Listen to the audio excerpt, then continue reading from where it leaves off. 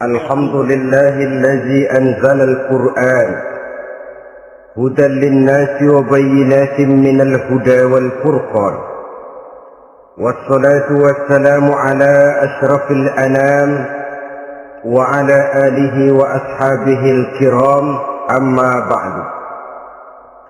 Saudara-saudara kaum muslimin rahimakumullah, setiap penganut agama di dunia ini mempunyai sesuatu kitab yang dianggapnya sebagai kitab suci. Orang Hindu punya kitab Weda, orang Buddha punya kitab Tripitaka, Yahudi mempunyai Taurat, Nasrani mempunyai Injil, penganut Konghucu punya kitab Tao Te Ching, orang Majusi punya kitab Zen Avesta, orang Kebatinan punya kitab Serat Centani, Hidayat Jati, Darmo Gandul atau Gatoloco. Sementara kita umat Islam oleh Allah diberikan Al-Quranul Karim. Mengapa kita yakini Quran ini sebagai kitab suci? Pertama, ia bebas dari intervensi dan investasi manusiawi. Ia sepenuhnya, baik isi maupun redaksi, adalah produk dari Allah Subhanahu wa Ta'ala. Kita yakini Quran kitab suci karena sampai hari ini belum ada seorang pun yang sanggup membuat seperti itu. Suatu kitab hanya dinamakan suci kalau dia bersih dari investasi dan intervensi manusia. Al-Quran ini sejak turunnya 14 abad yang lalu telah menantang. Wa in kuntum fi raibin mimma nazzalna ala abdina fa'tu bi suratin min misli. Apabila kamu ragu-ragu terhadap kebenaran Quran yang kami turunkan kepada hamba kami Muhammad, atau kamu menyangka Quran itu cuma bikinan Muhammad saja, cobalah kamu buat satu surah saja semacam Al-Quran. Apabila kamu tidak mampu melakukannya seorang diri, wada'u syuhada'akum, ajak seluruh teman-temanmu. Sejak tantangan ini turun 14 abad yang lalu, sampai hari ini tidak seorang pun yang sanggup membuat satu surah saja semacam Al-Quranul Karim. Barangkali belum pernah ada yang coba-coba. Sudah. Di antaranya apa yang dilakukan oleh Musailamah Al-Kadzab. Dia mencoba membuat satu surah semacam Al-Quran yang kalimatnya sudah berbentuk bait-bait syair, tapi isinya jauh panggang daripada api. Yang kedua, kita yakini Quran sebagai kitab suci karena isi dan ajarannya sesuai dengan fitrah manusia. Suatu kitab dinamakan suci kalau ajarannya sejalan dengan fitrah manusia. Misalnya, manusia secara fitrah, kalau dia laki-laki normal nafsu kepada perempuan, itu fitrah. Perempuan suka kepada laki-laki, itu fitrah. Kalau ada kitab suci tapi melarang manusia untuk kawin, kesuciannya perlu diselidiki. Quran kitab suci sejalan dengan fitrah manusia, maka ia menganjurkan manusia yang mampu untuk melangsungkan perkawinan. Contoh lain, secara fitrah manusia perlu makan. Kalau ada kitab suci yang melarang manusia puasa saja siang malam terus menerus, itu kan sama juga nyuruh orang mati. Quran sesuai dengan fitrah manusia, maka dalam Islam puasa wisol, puasa ngableng, apa itu istilahnya, puasa nyambung dari pagi sampai sore sampai malam sampai pagi lagi puasa terus, bukan saja tidak boleh, malah haram hukumnya. Kenapa? Itu bertentangan dengan fitrah manusia. Yang ketiga, kita yakini Quran sebagai kitab suci karena isinya tidak kontroversil. Isinya tidak saling bertentangan satu sama lain. Di ayat manapun Quran mengajarkan Allah itu Esa. Satu kali dia berkata haram, dia akan tetap berkata haram. Isinya tidak kontroversil. Sebab kalau ada kitab suci, di satu pihak mengajarkan Tuhan Esa, di lain ayat mengajarkan Tuhan 3, di lain ayat lagi mengajarkan Tuhan 4, kitab kacau namanya. Bagaimana suatu kitab bernama suci kalau isinya kontroversil satu dengan lainnya? Dari 3 kriteria inilah kita yakini Quran sebagai kitab suci. Masalah yang akan kita bicarakan pada pertemuan kita kali ini, bagaimana sikap kita terhadap Al-Quranul Karim sebagai kitab suci. Berangkat dari sebuah hadis di mana Rasulullah Sallallahu Alaihi Wasallam pernah memberikan tawaran. Beliau bersabda, "Man ja'ala al-Qur'ana amamahu qadahu ilal jannah, wa man ja'ala al-Qur'ana khalfahu saqahu ilan nar." Siapa yang menjadikan Quran sebagai imam, maka Quran akan membimbing dia ke dalam surga. Tetapi siapa yang menjadikan Quran sebagai makmum, maka Quran akan mendorong dia ke dalam neraka. Pilihan terserah kita. Siapa yang menjadikan Quran sebagai imam, ditempatkannya Al-Quran di depan, dia ikuti petunjuk dan ajaran Al-Quran, maka Quran akan membimbing dia ke surga. Surga dunia, lebih-lebih lagi surga akhirat. Tetapi sebaliknya, siapa yang menempatkan Quran di belakangnya, dia belakangi Al-Quran, dia belakangi perintah dan ajaran-ajaran Al-Quran, dia perturutkan hawa nafsunya dalam kehidupan ini, maka Quran akan mendorong dia ke dalam neraka. Ya, neraka dunia, lebih-lebih lagi neraka akhirat. Pilihan terserah kita. Saya mau tanya, kira-kira Quran dalam hidup kita jadi imam apa jadi makmum? Imam apa makmum? Kalau Quran jadi imam, artinya kita umat Islam jadi makmum. Resiko dan logika tentu, makmum harus ngikuti imam. Imam takbir, makmum takbir. Imam ruku, makmum ruku. Imam sujud, makmum sujud. Imam tahiyat, makmum tahiyat. Itu namanya Quran jadi imam, kita jadi makmum. Artinya dalam terjemahannya pada kehidupan, kalau merah kata Quran, merah kita kata. Hijau kata Quran, hijau kita bilang. Ke barat kata Quran, ke barat kita pergi. Ke timur kata Quran, ke timur kita berangkat. Halal kata Quran, halal kata kita. Haram kata Quran, haram kita bilang. Itu Quran imam, kita makmum. Nyatanya kadang-kadang kontras. Nyatanya kadang-kadang paradok. Merah kata Quran, hijau dong kata kita. Halal kata Quran, remeng-remeng kata kita. Ke barat kata Quran, ke timur kita pergi. Dalam praktek kita mau jadi makmum, Quran kita suruh jadi imam. Kita sesuaikan Quran dengan selera kita. Mana-mana ayat yang menguntungkan, mana ayat yang sesuai dengan mau kita, itu yang kita baca kuat-kuat. Itu yang kita canangkan ke tengah masyarakat ramai. Tapi manakala Quran itu bertentangan dengan nafsu kita, bertentangan dengan gaya dan kepribadian kita umpetin itu Quran. Kalau kita cuma umpetin lumayan, kadang-kadang kita tuduh Quran ketinggalan zaman. Kita anggap Quran tidak relevan lagi dengan situasi dan kondisi. Kalau sudah begitu, sudah menyeberang terlalu jauh namanya. Saudara-saudara kaum muslimin rahimakumullah. Inilah makna hadis Nabi yang diriwayatkan dari Imam Ali bin Abi Thalib, bersabda Rasul, "Man qara'al Qur'ana fastazharahu fa ahalla halalahu wa harrama haramahu adkhalahul jannah. Barang siapa yang membaca Al-Quran lalu memperhatikannya, kemudian menghalalkan yang halal dan mengharamkan yang haram, maka Allah akan memasukkan orang itu ke dalam surga.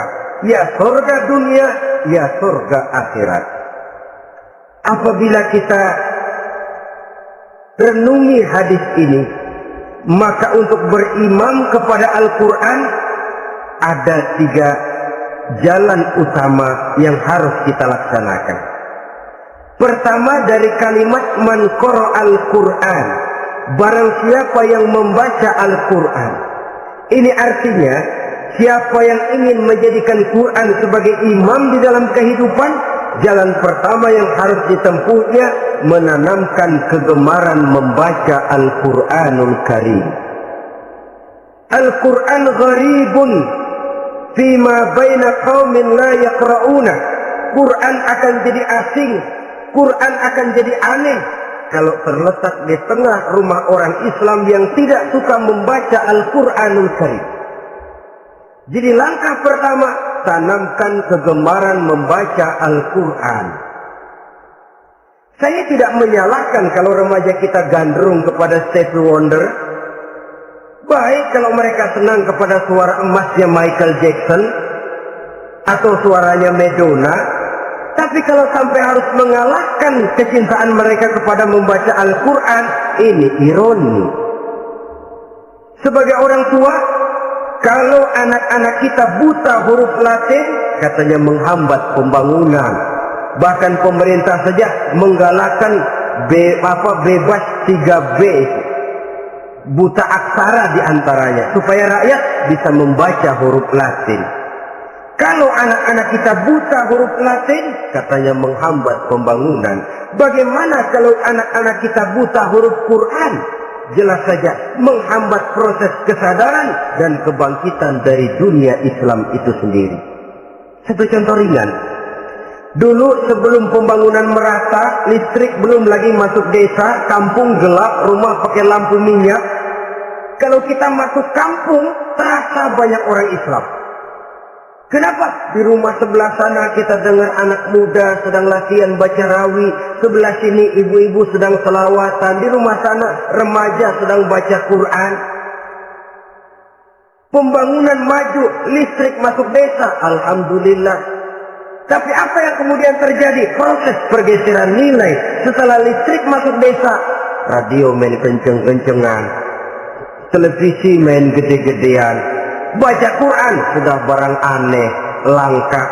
Tengoklah sekarang kalau kita masuk kampung, ada yang remaja sedang baca Quran, rasanya kok aneh, nggak umum. Sesuatu yang baik malah menjadi nilai-nilai keanehan. Saudara-saudara kaum muslimin rahimakumullah, tanamkan kegemaran membaca. Dalam satu hadis Nabi pesan, nawiru buyutakum bitilawatil Quran, sinari rumah tanggamu dengan bacaan Quran. Sebab listrik ini cuma bisa menerangi gelap, tapi tidak akan sanggup menerangi hati manusia. Quran produk Allah, dibaca dalam segala keadaan, tepat dan pantas. Lihat saja, orang sedih baca Quran, terhibur. Orang gembira baca Quran, tidak lupa diri. Di rumah mewah ada yang baca Quran, bagus. Di gubuk reot di pinggir kali ada yang baca Quran, cocok. Orang kawin dibacakan Quran, bagus. Orang mati dibacakan Quran, tidak jelek. Dalam segala keadaan, in all season, bahasa kerennya, dia pantas dibaca. Saudara-saudara, bahkan orang sakit gigi pun kalau dengar baca Quran tidak marah. Coba lihat. Dia senang benar lagu Michael Jackson, tapi giliran sakit gigi, coba setelin lagu Michael Jackson, kalau nggak mencah-mencah. Kamu gila apa nggak tahu saya lagi sakit gigi, tapi coba bacakan Quran. Dia pasti tidak marah. Begitu besar daya pengaruhnya. Bahkan Abu Jahal sama Abu Lahab pernah rapat. Kata Abu Jahal sama Abu Lahab, Mas Lahab, gini loh Mas. Kenapa? Ini saya pikir-pikir salah satu yang menyebabkan kenapa saudara kita banyak ikut ajaran Muhammad. Mereka kalau sudah dengar bacaan Quran terpesona. Jadi kita blokir saja. Caranya gimana? Kasih pengumuman kepada Quraisy, jangan sekali-kali mau dengerin Muhammad baca Quran. Kamu juga jangan. Dan kamu, saya pun begitu. Mari kita janji, tidak mau dengar bacaan Quran. Salaman, pulang ke rumah masing-masing. Dapat 1 hari tahan, 2 hari bertahan, 3 hari, seminggu ke atas, Abu Jahal mulai ada semacam rindu, kangen pengen dengar ayat Quran. Karena secara pribadi dia mengakui keindahan gaya bahasanya jauh lebih tinggi dari kemampuan penyair Quraisy. Isi ajarannya sangat dalam dan menyentuh segi-segi kehidupan manusia. Nggak tahan Abu Jahal kayak dikilikin hatinya, keluar rumah mindik-mindik, umpet-ngumpet, ngempet di rumah Nabi, pengen dengar Nabi baca Quran. Rupanya Abu Lahab sama. Pikir Abu Lahab nggak bakalan keluar. Abu Lahab berpikir Jahal pasti di rumah. Dua-duanya bareng berangkat ke rumah Nabi. Cuma yang satu dari sebelah barat, yang satu dari sebelah timur. Ngempet, ketemu di sudut, sama-sama kaget. Jahal, loh kamu Lahab? Iya, kamu ngapain? Lah kamu ngapain? Akhirnya sama-sama malu, sama-sama tidak bisa menahan diri, akhirnya sama-sama ngakui. Bagaimanapun kita harus akui bahwa Al-Quran ini mengandung daya pesona yang sangat luar biasa. Itu dari segi bacaan, belum lagi dari segi ajaran, belum lagi dari segi isi. Tanamkan kegemaran membaca Al-Quran. Sampai-sampai Nabi katakan, Innal ladzi laisa fi jawfihi syai'un minal Quran kal baitil kharib. Orang yang dari tenggorokannya belum pernah keluar ayat Quran barang sepotong pun, belum pernah ngaji barang seayat pun, itu orang kata Nabi kal baitil kharib, kayak rumah kosong. Rumah kan kalau kosong biar bagus, mewah, besar, perabotannya lengkap. Kalau kosong, angker. Setan kuntilanak memedi, betah benar di situ. Saudara-saudara kaum muslimin rahimakumullah. Dalam satu percontohan Nabi mengatakan begini.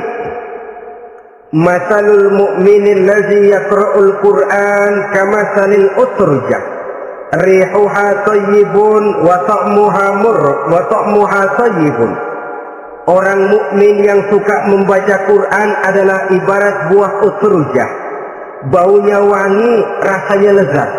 Kira-kira kalau di negeri kita buah apa utrujah ini? Semacam jeruk yang manis lah.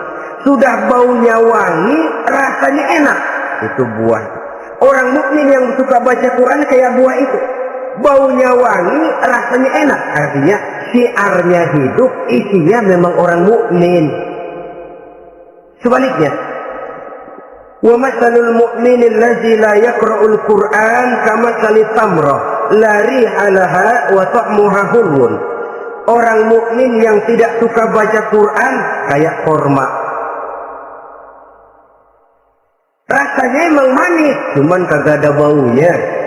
Artinya apa? Siarnya kurang. Kalau orang belum tapi kenal kan kagak mau makan korma. Kenapa? Nggak ada baunya. Daya tariknya kurang, walaupun rasanya enak. Kalau daya tariknya nggak ada, kan nggak ada iklannya, tidak ada siarnya. Itu orang mukmin yang tidak suka membaca Quran. Ibarat buah, nggak ada baunya, walaupun rasanya enak. Orang kurang tergerak, kurang siar, kurang daya tarik. Sebaliknya, wa masalul munafiq allazi yaqra'ul Qur'an kamasalir raihanah rihuha thayyibun wa ta'muha murr. Orang munafik yang suka baca Quran seperti buah raihanah. Apa itu? Baunya wangi, rasanya pahit. Orang munafik baca Quran kayak buah itu. Baunya sih enak, cuman rasanya pahit. Yang munafik baca Quran, siarnya sih lumayan, daya tariknya hebat, isinya munafik. Nah, paling jelek orang munafik yang nggak suka baca Quran. Wa masalul munafiqil ladzi la yaqra'ul Quran kamasalil hanzalah laisa laha rihun wa ta'muha murrun. Orang munafik yang tidak suka baca Quran seperti buah hanzalah, sudah enggak ada baunya, rasanya pahit lagi. Kalau buah pacek kali. Udah baunya kagak ada, kalau dimakan bikin orang celeng. Saudara-saudara kaum muslimin rahimakumullah, tanamkan kegemaran membaca Al-Qur'an, karena membaca Al-Qur'an merupakan ibadah yang besar. Bahkan kata Nabi, afdalu ibadati abdi qiraatul Qur'an. Nilai ibadah yang paling baik dari hambaku adalah ibadah membaca Al-Qur'an. Dalam sholat pahalanya lebih besar di luar sholat daripada di luar sholat. Dengan wudu pahalanya lebih besar daripada tanpa wudu. Mengerti pahalanya lebih besar daripada tidak mengerti. Tapi tidak mengerti pun jangankan membaca, mendengar saja orang baca Quran dengan baik sudah didoakan untuk mendapat rahmat. Berpahala mendengar bacaan Al-Quran walaupun tidak mengerti. Apalagi membaca sendiri, apalagi mengerti apa yang kita baca, tentu pahala itu akan jauh lebih besar. Ini yang pertama, tanamkan kegemaran membaca Al-Quranul Karim. Yang kedua, dalam hadis tadi, fastazharuhu, man qara'a al-Qur'ana fastazharuhu, siapa yang membaca Al-Quran kemudian memperhatikannya. Jadi kalau kita mau beriman kepada Al-Quran, setelah menanamkan kegemaran membaca, yang kedua, perhatikan, pahami isinya. Jangan seperti monyet pakai mahkota, ketawa girang, cengengesan, tapi dia tidak tahu arti kebesaran mahkota yang disandangnya. Bangga dengan Al-Quran, tapi apa kandungannya kita tidak mengerti. Untuk memahami Al-Quran ini, caranya bagaimana? Tentu mudah saja. Seperti contoh, kalau kita ingin mengerti caranya bikin tahu, jangan bertanya kepada montir mobil. Montir mobil ahli betul urusan mesin, tapi kalau urusan tahu, tanya dong tukang tahu. Untuk mengerti rahasia dan seluk-beluk Al-Quran, kita harus bertanya kepada orang yang memahami seluk-beluk Al-Quran, para ulama, para kiai, para ustadz, yang kita tahu kualitas keilmuannya, kita yakini loyalitas dan integritasnya kepada Islam ini. Kenapa? Ayat-ayat Quran itu elastis. Dia dibawa kemana saja mau. Ditafsirkan menurut kemauan orang bisa. Paling celaka kalau yang belajar tidak punya dasar, yang mengajar punya maksud lain. Sesat dan menyesatkan. Yang ngajar punya nafsu ambisi, yang belajar tikus budak, yang memang tidak punya dasar apa-apa. Sekali belajar langsung tafsir. Cara wudhu yang baik saja belum ngerti, cara ruku dan sujud yang baik saja belum bisa, yang membatalkan sholat apa ndak bisa, ndak ngerti. Sekali langsung. Tidak, supaya kita langsung saja belajar langsung Al-Quranul Karim. Tidak jelek, cuma akan lebih baik kalau sebelumnya ada unsur penunjang dari nilai-nilai keilmuan dalam Islam ini. Disinilah perlunya menghidupkan majelis-majelis taklim. Sebab kalau Al-Quran hanya dipahami dan dikutak-kutik menurut maunya rasio saja, kekuatan rasio terbatas. Saya akan khawatir nantinya akan timbul pendapat-pendapat di mana Al-Quran disesuaikan dengan otak. Bukan otak ikuti Quran, tapi Quran disuruh ngikuti otak. Contoh yang dekat saja, kalau saudara ngukur kayu pakai meteran, itu kira-kira meteran ikut kayu, apa kayu ikut meteran? Ayo, kira-kira kayu ikut meteran, apa meteran ikut kayu? Meteran ikut kayu. bagus. Kalau meteran ikut kayu, artinya nggak ada meteran benar di dunia ini. Kayunya kependekan, meterannya dipotong. Kan begitu loh, meteran ikut kayu namanya. Bukan meteran ikut kayu, tapi kayu yang harus ikut meteran. Otak harus ikut wahyu. Jangan wahyu disuruh ikut otak.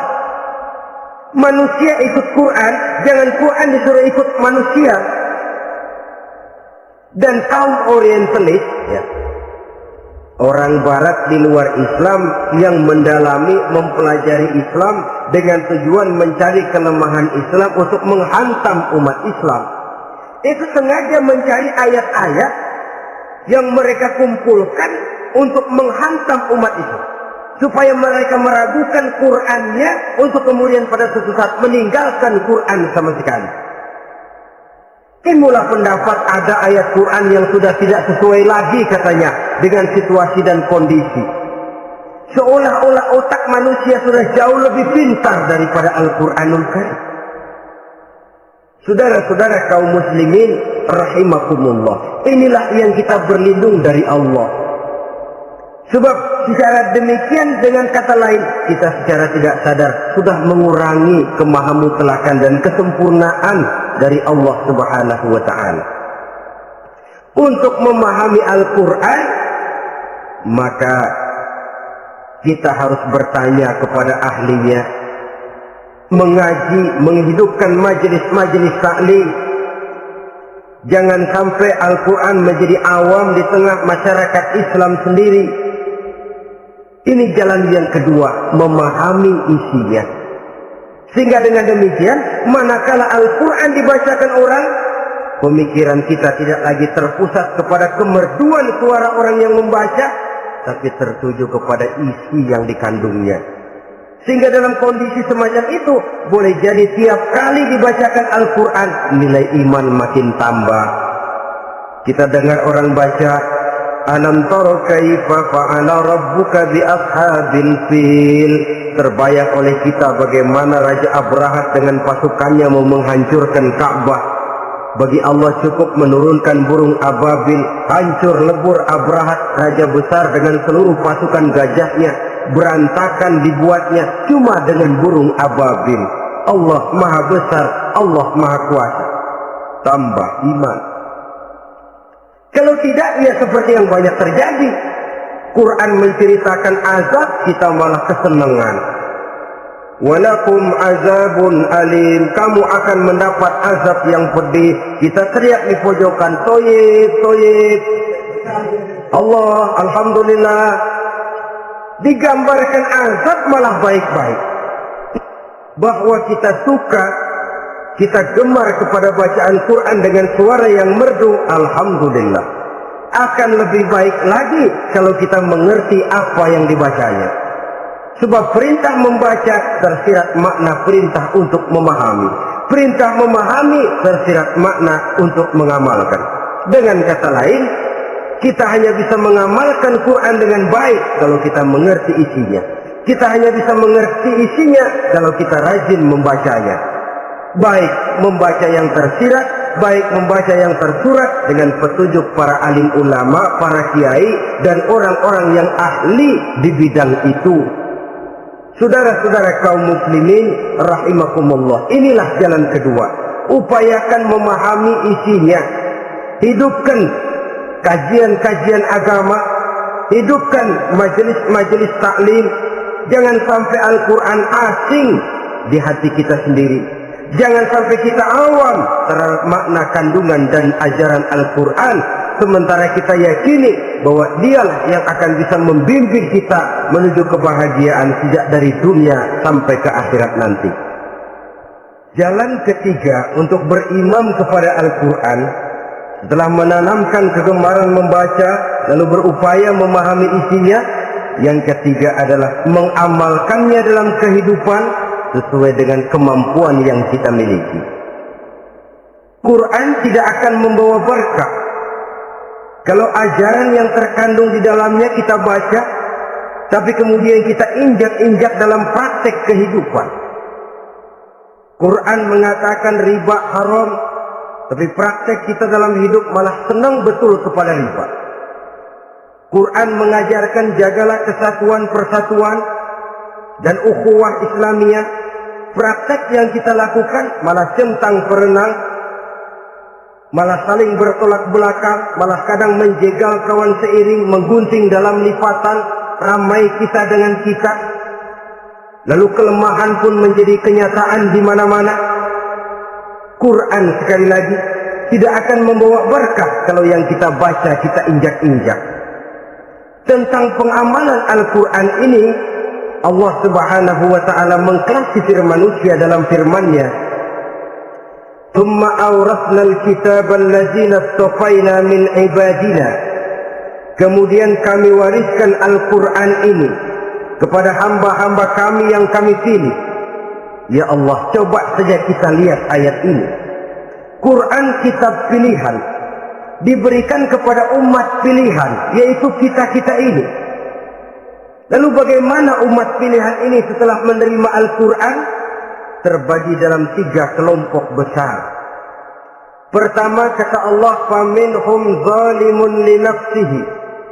Di antara mereka ada yang setelah menerima Al-Quran kemudian zalim kepada dirinya sendiri. Artinya hanya mulutnya saja yang menerima Al-Quran, tapi perbuatannya menginjak-injak Al-Quran. Orang semacam ini tidak zalim kepada Allah, tidak zalim kepada Rasulullah, tetapi orang semacam ini zalim kepada dirinya sendiri. Dia terima Quran dengan mulutnya, tapi dia injak-injak Quran dengan perbuatannya. Na'udzubillah summa na'udzubillah. Kelompok yang kedua, faminhum muqtasid. Di antara mereka ada yang setelah menerima Al-Quran lalu muqtasid.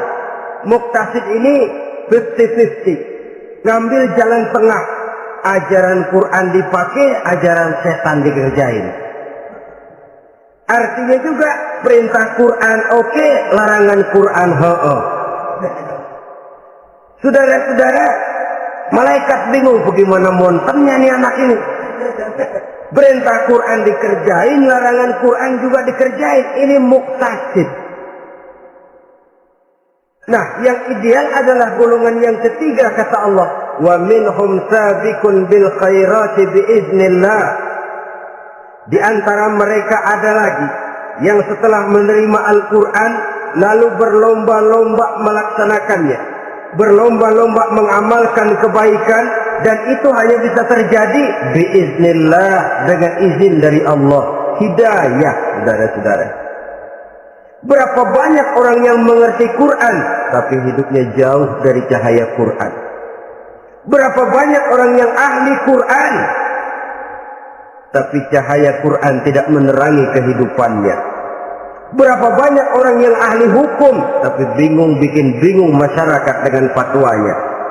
Saudara-saudara kaum muslimin, kenapa bisa terjadi? Itu tidak ada hidayah, tidak biiznillah, tidak ada izin dari Allah. Maka bisa membaca Quran, alhamdulillah. Bisa memahaminya, kita bersyukur kehadirat Allah. Lebih penting dari itu, kita mohon hidayah agar bisa mengamalkannya sesuai dengan kemampuan kita. Saudara-saudara kaum muslimin rahimakumullah, mana yang lebih banyak di zaman kita sekarang ini? Kita bisa analisa.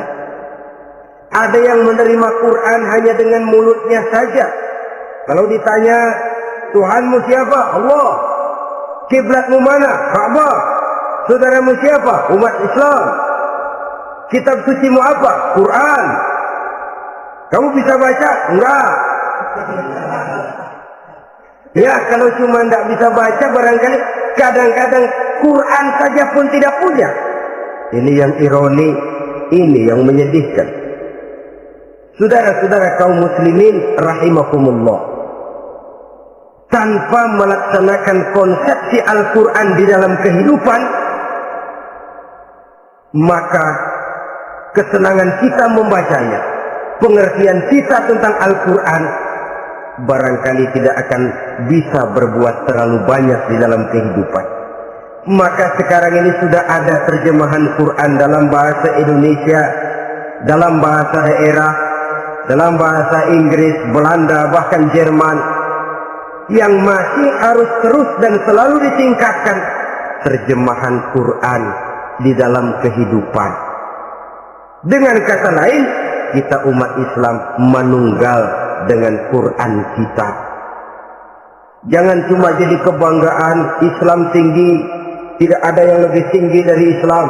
Quran kitab suci, tidak ada yang bisa menandinginya. Qurannya, tapi umatnya, kadang-kadang kita ini jauh panggang daripada api. Kita bersyukur musabaqah tilawatil Quran dihidupkan dengan biaya bermiliar rupiah, sejak dari tingkat kelurahan, kecamatan, wali kota, provinsi, sampai kepada tingkat nasional, untuk menanamkan kegemaran membaca Quran. Setelah itu, hendaknya diadakan peningkatan dengan upaya memahaminya, sehingga pada suatu saat boleh kita adakan musabaqah pengamalan Quran. Hadiahnya sudah langsung dari Allah sendiri. Ini yang kita perlu berlomba mengamalkan ajaran Quran. Sabiqun bil khairat, berlomba mengamalkan ajaran-ajaran Al-Quranul Karim.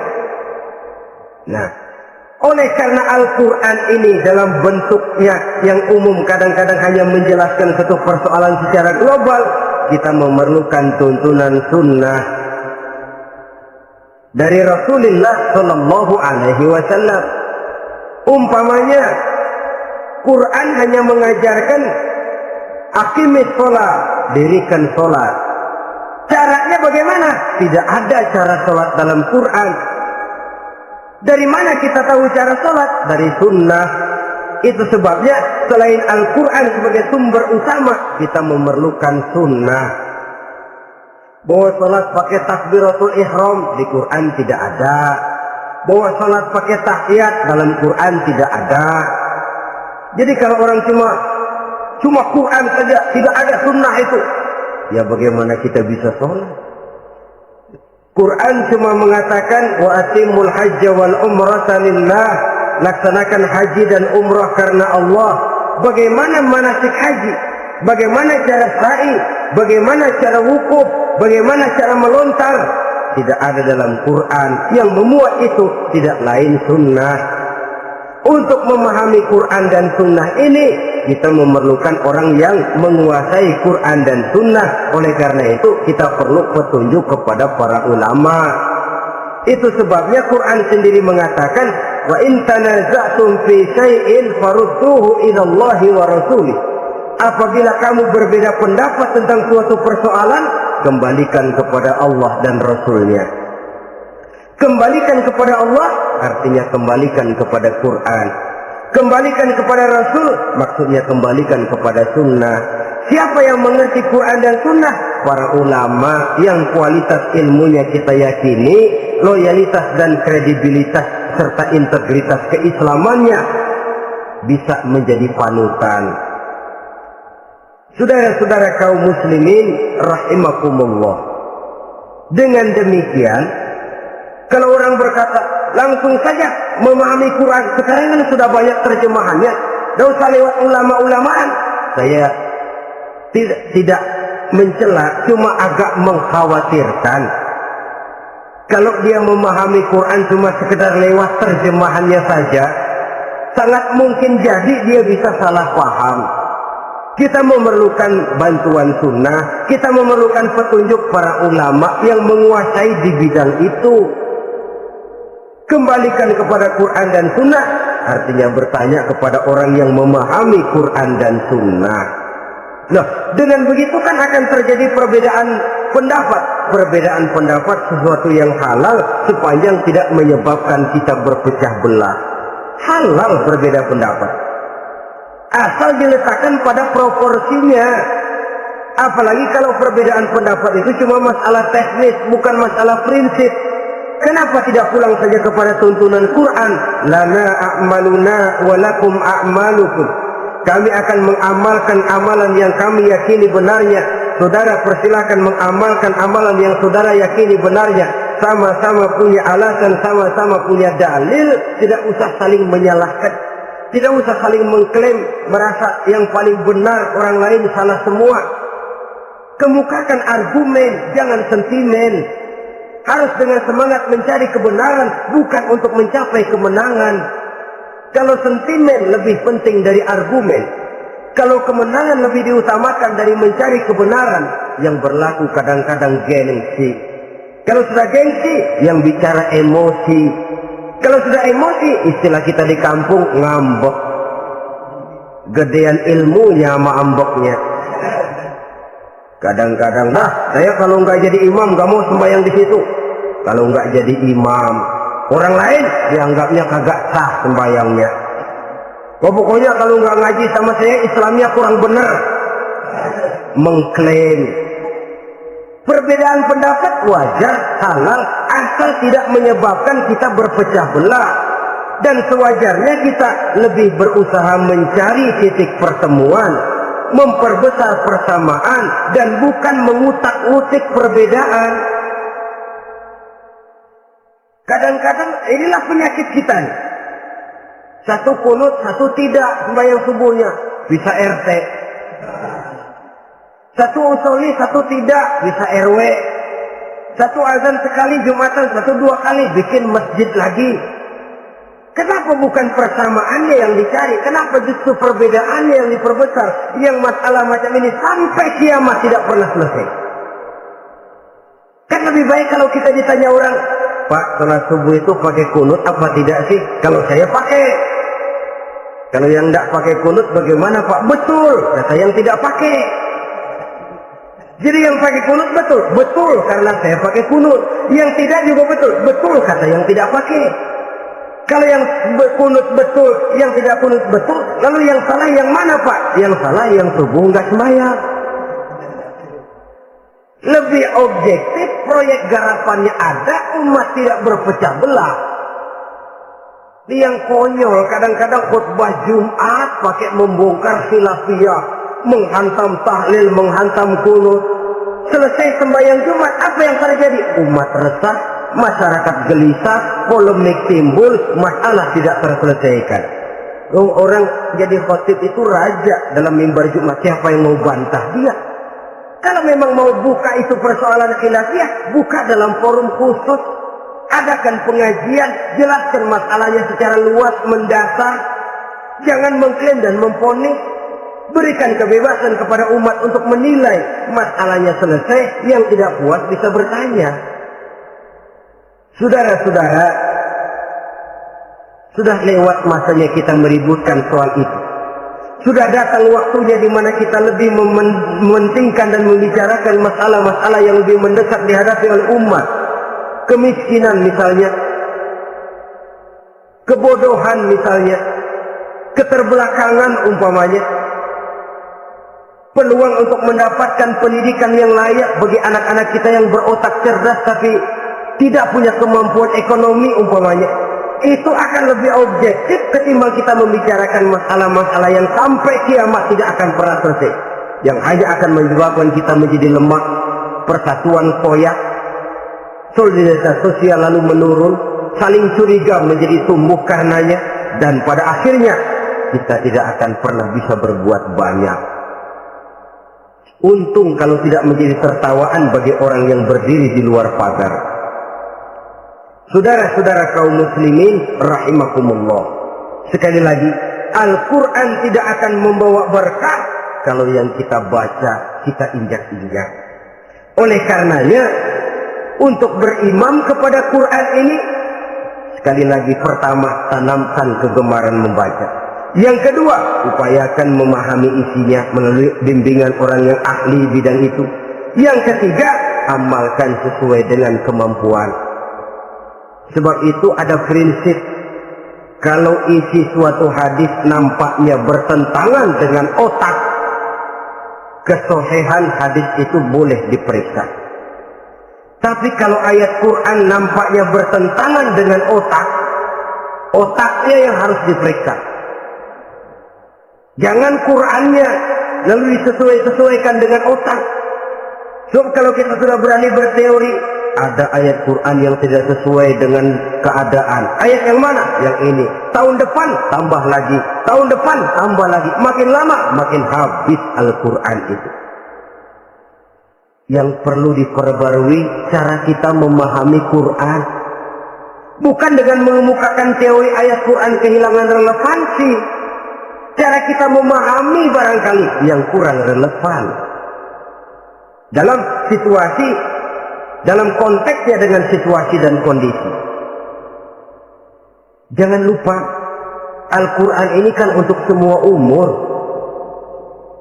Dia bisa dipahami secara filosofis, dia bisa dipahami dengan kacamata orang awam. Tingkat kemampuan berpikir orang tidak semuanya sama.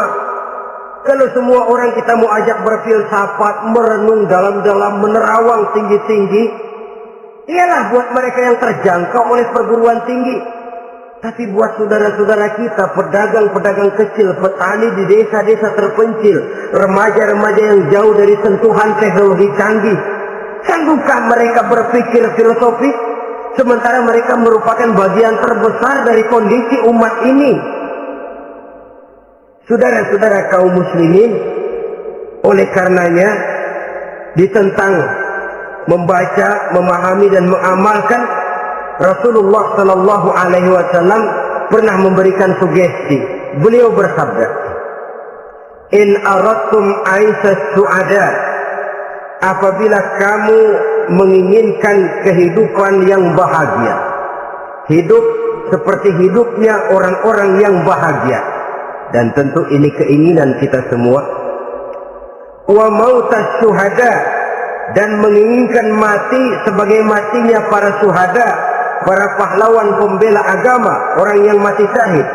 Wah, ini sudah tidak duanya ini. Hidup mulia, mati syahid, dapat dua-duanya. Wan najata yaumal hasri, dan ingin mendapat keselamatan pada hari hasyr, hari pengumpulan manusia di padang mahsyar. Wa zilla yaumal harri, dan mendapat perlindungan dari Allah pada hari yang sangat panas. Wal huda minadh dhalalah, dan mendapat petunjuk dari kesesatan. Nah, ini keinginan semua orang. Kan yang kita cari apa sih? Hidup bahagia. Biar tidak kaya, asal bahagia sudah enak. Lalu apalagi? Matinya sebagai syahid. Kemudian di hari pengumpulan nanti mendapat keselamatan. Lalu pada saat orang lain kepanasan, kita mendapat perlindungan. Kemudian orang lain kebingungan, kita mendapat petunjuk. Kalau ini yang diinginkan, kata Nabi, resepnya fa'adimu qiraatal Quran, maka lazimkan, biasakan olehmu membaca Quran. Tidak ada terlambat. Idealnya memang dari kecil, sebab lidah kalau sudah kaku berat. Disuruh baca innallaha laghaniyun hamid, lidahnya berat. Innallaha lampuniyun hamid, lampuniyun, laghaniyun jadi lampuniyun. Lidah itu kalau sudah berat ya memang berat. Disuruh baca ya bani Israel, lidahnya berat. Ya bini Israel, jadi ya bini Israel. Saudara-saudara, idealnya memang dibiasakan dari kecil supaya lidah itu ringan. Kalau tidak ada istilah terlambat. Saya malu Pak, belajar alif-alifan udah gede. Ya jangan alif-alifan, alif beneran. Alif-alifan kapan bisa ya? Alif beneran yang dipelajari. Tidak ada istilah terlambat, tidak ada istilah malu untuk belajar Al-Quran ini. Saudara-saudara kaum muslimin rahimakumullah. Ini sugesti untuk menanamkan kegemaran membaca. Lalu sugesti untuk memahaminya, tentu banyak ayat, banyak hadis. Mengapa tidak diantara kamu sekelompok orang yang berangkat untuk memperdalam, memahami agama? Falaula nafara min kulli firqatin minhum ta'ifatun liyatafaqahu fid din. Di tengah kelompok orang yang berangkat belajar teknologi canggih, di tengah grup orang yang mendalami ekonomi, di tengah kelompok orang yang membidangi hukum, di tengah kelompok orang yang sibuk meneliti ilmu-ilmu kedokteran, mengapa tidak ada kelompok orang yang secara takhasus liyatafaqahu fid din, mendalami agama ini, mendalami Quran ini harus ada. Lalu sugesti untuk mengamalkan Al-Quran kelihatan dari peringatan Allah yang kita bisa temukan pada surah Toha ayat 124 sampai dengan 127. Wa man a'rada an zikri, barang siapa yang berpaling dari peringatanku, kata Allah, barang siapa yang berpaling dari Al-Quran ini, dia terima Al-Quran, dia imani Quran, tapi dia berpaling dari ajarannya, dia injak-injak apa yang seharusnya dia amalkan, dia perturutkan hawa nafsunya, maka kata Allah, fa inna lahu ma'isatan dhanka, dia akan diberikan satu penghidupan yang sempit. Inna lillahi wa inna ilaihi raji'un. Diberikan hidup yang sempit. Kalau hidup sudah terasa sempit, bagaimanapun luasnya rumah, sempit. Kalau hidup sudah terasa sempit, bagaimanapun banyaknya harta, sumpah. Kalau sudah hidup ini terasa sempit, bagaimanapun luasnya pergaulan, tidak ada tempat kita bertanya, melarikan persoalan, membagi rasa. Siapa yang berpaling dari Quran, dia akan diberikan penghidupan yang sempit. Bukan dagangnya tidak untung, bukan kerjanya tidak digaji, tapi kesempitan hati lebih bahaya loh dari kesempitan ekonomi. Itu di dunia. Di akhirat, wa nahsyuruhu yaumal qiyamati a'ma. Di akhirat nanti dia akan dikumpulkan oleh Allah dalam keadaan buta. Ya Allah, ya Rasul. Padahal ke akhirat kita baru tumben. Sekali ke akhirat buta. Masya Allah. Di tempat kita lahir saja, kalau tadinya kita melihat, tahu-tahu menjadi buta, kita bingung. Padahal jalan sudah pernah kita lihat, arah sudah pernah kita tahu. Bagaimana di padang mahsyar nanti? Kemana jalan yang akan ditempuh? Kepada siapa kita hendak bertanya? Mana teman, mana istri, mana anak? Buta pula kita. Satu kesengsaraan yang merupakan puncak kesengsaraan. Dikala itu orang yang semacam tadi protes, Rabbi, lima hasyartani a'ma wa qad kuntu basira. Wahai Allah, kenapa hari ini saya dikumpulkan dalam keadaan buta? Padahal ketika di dunia dulu saya melihat, saya menyaksikan gunung yang menjulang tinggi ke angkasa, saya melihat lautan yang luas terhampar biru membentang, saya saksikan tanah sawah luas menguning, saya saksikan keindahan alam. Di dunia saya melihat Allah. Kenapa sekarang saya dikumpulkan dalam keadaan begini? Protes dia, tidak terima dia. Allah jawab, kadzalika atatka ayatuna fanasitaha. Kata Allah, begitulah memang. Dahulunya waktu di dunia telah datang ayat-ayat kami kepadamu, telah turun Al-Quran, telah datang agama, fanasitaha, tapi kamu lupakan dia, kamu lupakan Quran, kamu lupakan Islam. Datang ayat, turun Quran, turun agama, kamu belaga filon, kamu belaga enggak tahu. Wa kadzalikal yauma tunsa, maka hari ini pun begitulah kamu dilupakan. Sebagaimana dulu waktu di dunia, kamu telah melupakan ayat-ayatku, melupakan kitabku, melupakan ajaran-ajaranku. Hari ini kamu pun dilupakan. Seolah-olah Tuhan cuma nggak bilang, mereka protes, Tuhan, kenapa saya buta padahal di dunia saya ngeliat? Kata Tuhan, kalau bahasa kita, lu rasain. Lu sih, kenapa dulu di dunia? Pura-pura nggak lihat. Kenapa waktu di dunia? Pura-pura nggak tahu. Kenapa waktu di dunia? Kamu lupakan Quran, maka hari ini pun engkau kami lupakan. Wa kadzalika yauma tunsa.